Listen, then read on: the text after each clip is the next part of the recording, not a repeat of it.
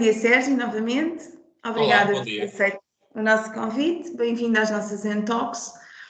Então, Sérgio, vou começar por questionar o que é que faz, qual é a sua atividade profissional. Então, eu trabalho na área da educação financeira, ou seja, ajudo pessoas a gerirem melhor os seus orçamentos pessoais, a começarem algumas poupanças, a começarem a investir. No fundo, este planeamento financeiro que hoje em dia sempre foi extremamente importante, mas hoje em dia ainda mais relevante e esse é acima de tudo o meu trabalho, é ajudar pessoas a gerirem melhor as suas finanças pessoais através da formação, através do conhecimento, para que elas estejam completamente capacitadas para tomar as suas melhores decisões financeiras. E como é que o cliente chega a si? Tem algum site ou... É que a ideia que eu tenho, corrija-me se estiver errada, é Uhum. que esta questão de ter ajuda a planear financeiramente não é uma coisa que venha ou que esteja incutida na nossa sociedade. Parece-me ser uma coisa que tenha vindo a ser implementada nos últimos anos, é verdade? Sim, nota-se claramente uma diferença. Eu, na verdade, comecei este trabalho como um hobby em maio de 2020, por isso já lá vai há algum tempo, e à medida que depois o tempo foi passando, as coisas foram evoluindo e hoje em dia transformou-se na minha atividade profissional a full-time. Mas começou, na verdade, como um hobby, com uma página nas redes sociais, com um site e a partilhar algum conteúdo sobre todos estes tópicos de uma forma muito simples, muito descomplicada, e isso começou a chegar a cada vez mais pessoas que procuravam exatamente isso, porque é um tema que tem muita procura, nem que seja por uma questão de necessidade, as pessoas claramente precisam de saber sobre isto, e então nem sempre é fácil encontrar uma forma simples de entenderem como é que este mundo financeiro funciona, e foi exatamente isso, esse trabalho que eu comecei a fazer, foi de uma forma simples, começar a explicar conceitos que parecem um bocadinho complexos, mas depois, na verdade, não são assim tão complexos quanto isso.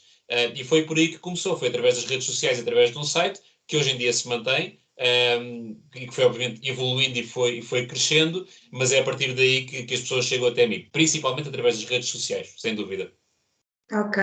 E que tipo de clientes é que o procura? Particulares, empresas, pessoas de classe média, baixa? Qual é a sua percepção? Hoje em dia tenho um bocadinho de tudo, ou seja, quando comecei, claramente eram particulares 100% na classe média, ok? Claramente era esse o foco, mas à medida que o tempo foi passando, naturalmente começaram a aparecer muitas empresas que cada vez mais procuram dar aos seus colaboradores este tipo de formação e, na verdade, e isto é um fator interessante, são os próprios colaboradores que desafiam as empresas a terem este tipo de conteúdos lá, e tem sido muito interessante nessa perspectiva.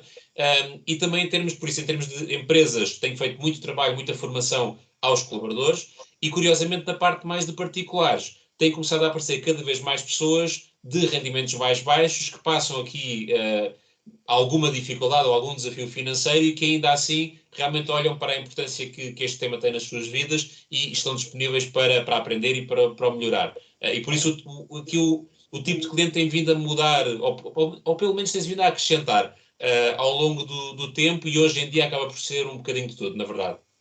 E que tipo de ajuda é que o que é que estas pessoas pedem? Uhum. O que é que eles procuram? Na sua maioria, o que é que eles procuram? A maioria procura, em primeiro lugar, estratégias para reduzir os seus custos, porque sabemos que em Portugal, genericamente falando, obviamente, existe aqui um desequilíbrio muito grande entre os rendimentos médios e os custos médios.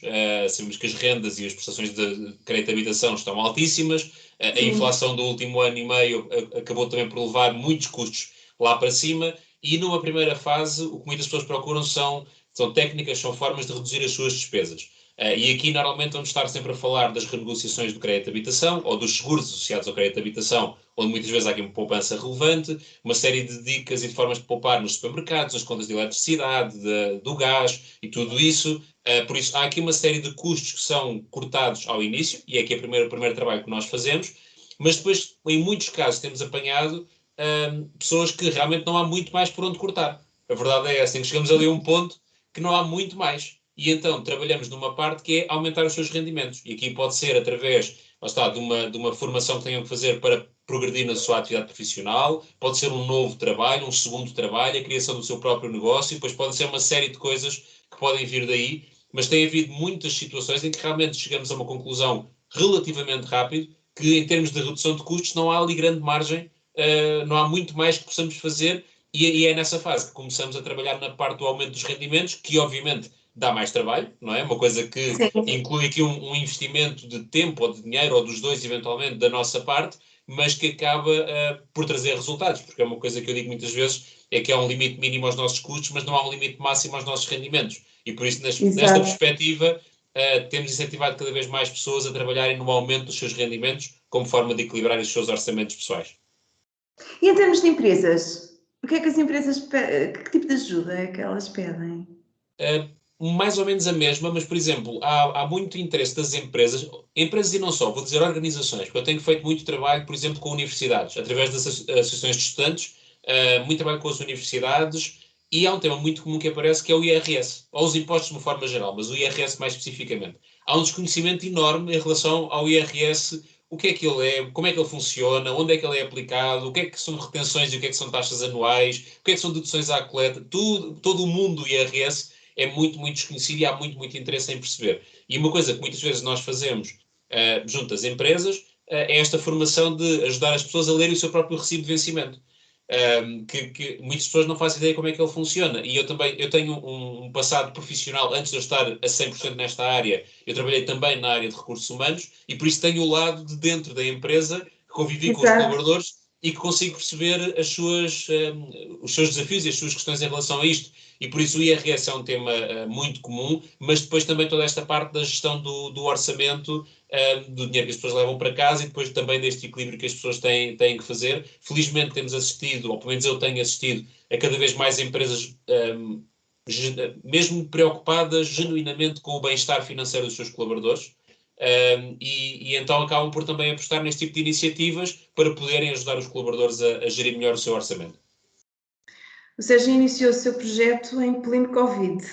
Certo. E eu ia questionar, não sei se existe, mas sentiu alguma alteração no tipo de ajuda que é pedido de 2020 até agora, uma vez que vimos estar, principalmente nos últimos meses, ou durante este ano, que viemos aqui numa catadupla de aumento de juros e inflações e tudo mais. Sentiu alguma diferença do tipo de ajuda ou não? Ou as pessoas continuam a pedir a mesma ajuda de 2020 até agora?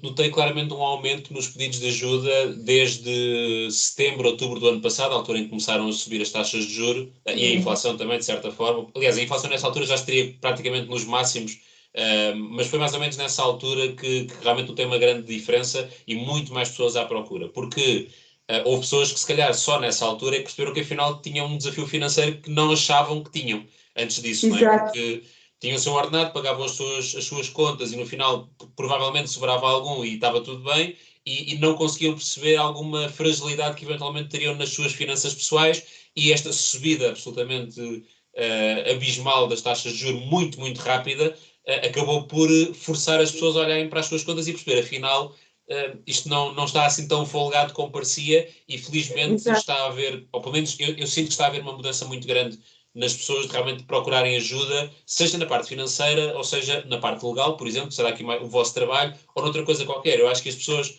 cada vez mais estão interessadas e disponíveis em melhorar as suas vidas, em saberem mais sobre determinados temas e a procurar acompanhamento profissional e especializado nessas áreas. Mas sim, respondendo à questão, claramente que desde o meio do ano passado até ali ao início do último trimestre, até agora, claramente que se tem notado um aumento bastante grande no interesse das pessoas e na quantidade de pessoas que procuram este tipo de trabalho, sim. Ok.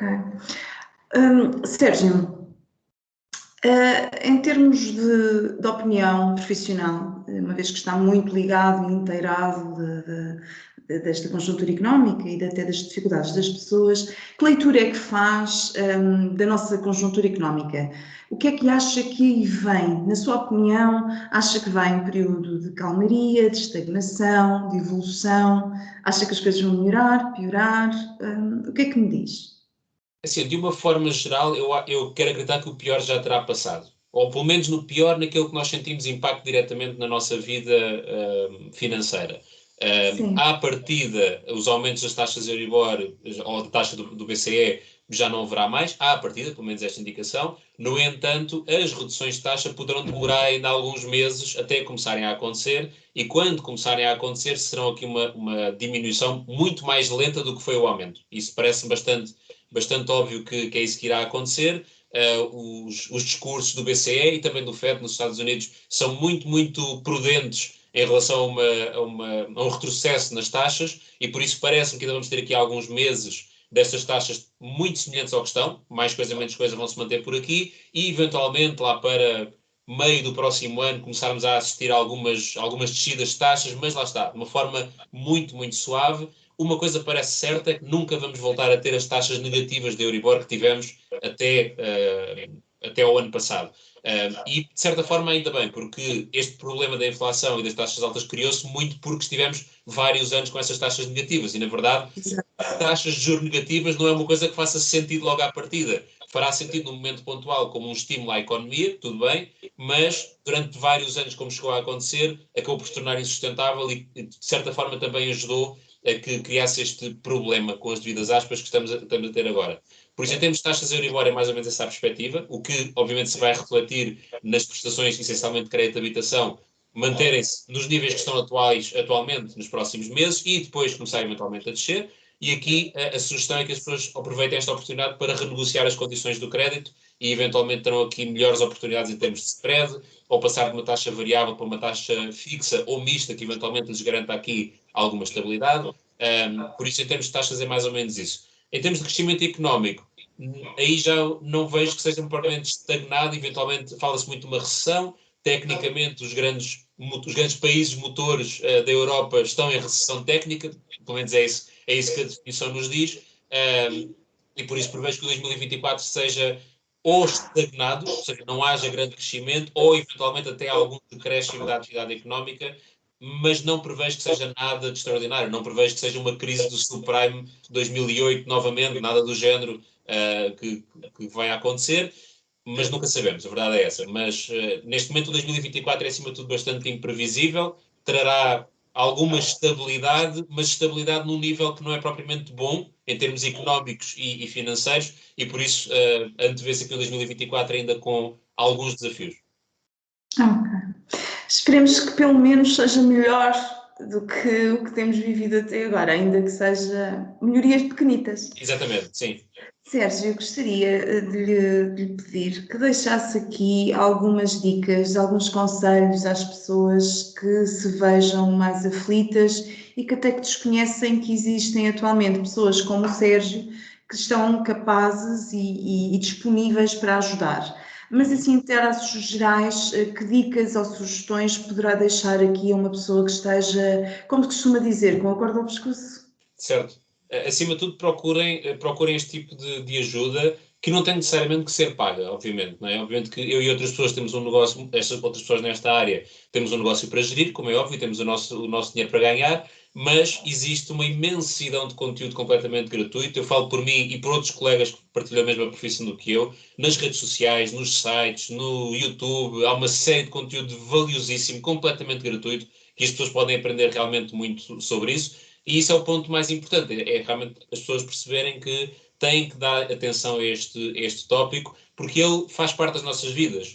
Eu acho que depois na questão portuguesa há aqui uma questão muito cultural da relação que temos com o dinheiro e da forma como olhamos para ele. Há sempre aqueles chavões que foram ficando connosco ao longo dos anos de ser a raiz de todos os males e não traz felicidade e aquelas coisas todas, e acho que muitas ficaram connosco e acabam por prejudicar a relação que as pessoas têm com o dinheiro. E temos que entender, acima de tudo, que o dinheiro faz parte das nossas vidas, da nossa sociedade, como nós a conhecemos e que, acho eu, que gostamos, o dinheiro faz parte dela e temos que lidar com ela e utilizá-la como uma ferramenta. E por isso, o ponto mais importante é claramente esse. Procurem informação, aprendam sobre este tópico, há muito para aprender, mas felizmente há muitas pessoas disponíveis para partilhar e para ensinar. De forma mais prática, claramente a questão do crédito de habitação, que para a esmagadora maioria das pessoas e das famílias será a principal despesa que têm no seu orçamento. Contactem intermediários de crédito para fazerem uma eventual renegociação do crédito, para encontrar melhores condições. Obviamente contactem o próprio banco onde já tem o crédito em primeiro lugar e perceber se há alguma melhoria. Os intermediários de crédito o que vão fazer é consultar outros bancos em nosso nome e ajudar-nos nesse trabalho, e isso pode revelar aqui algumas poupanças de dezenas, centenas, milhares de euros por ano eventualmente, também nisso. E, acima de tudo, e ligando àquilo que eu estava a dizer há pouco, se realmente as taxas de juros começarem a baixar no próximo ano e com isso as prestações começarem a baixar, as pessoas não se esqueçam que se encontraram esse dinheiro para pagar as prestações, então é porque ele existe no seu orçamento e então reservem-no para as vossas poupanças, porque isto foi um fator interessante. Muita gente, felizmente, as prestações começaram a subir e não houve aparentemente, a informação que eu tenho, não houve grandes problemas de insolvências, nem de pessoas entregar as casas aos bancos. Felizmente, a esmagadora maioria, obviamente, para as exceções, conseguiu encontrar uma forma, vá-se lá saber como, em muitas situações, de conseguir suportar este aumento. O que quer dizer que essa folga orçamental existiu a algures. Por isso, não se esqueçam, quando isto agora reverter e as pressões começarem a baixar, de reservarem essa folga que a encontraram, ou pelo menos uma parte dela, para as vossas poupanças, porque isto será extremamente importante no futuro. Acho que vou seguir esse conselho, Sérgio, não tinha pensado nisso. Mas é muito importante termos dinheiro poupado, porque há sempre um imprevisto, há sempre uma coisa qualquer, e se nós formos capazes de o encontrar agora, porque nos obrigaram de certa forma a encontrá-lo, então por que não obrigarmos a nós próprios a continuar a encontrá-lo para estarmos muito melhor protegidos para o futuro? Sérgio, muito obrigada. Gostei imenso de falar consigo, gostei imenso de o conhecer. Gostei imenso deste bocadinho. Acho que foi uma conversa muito útil para as pessoas que eventualmente nos venham a ver e ouvir. Obrigada pelo convite. E até à próxima. Obrigado. Até à próxima. Obrigada. Com licença. Obrigada.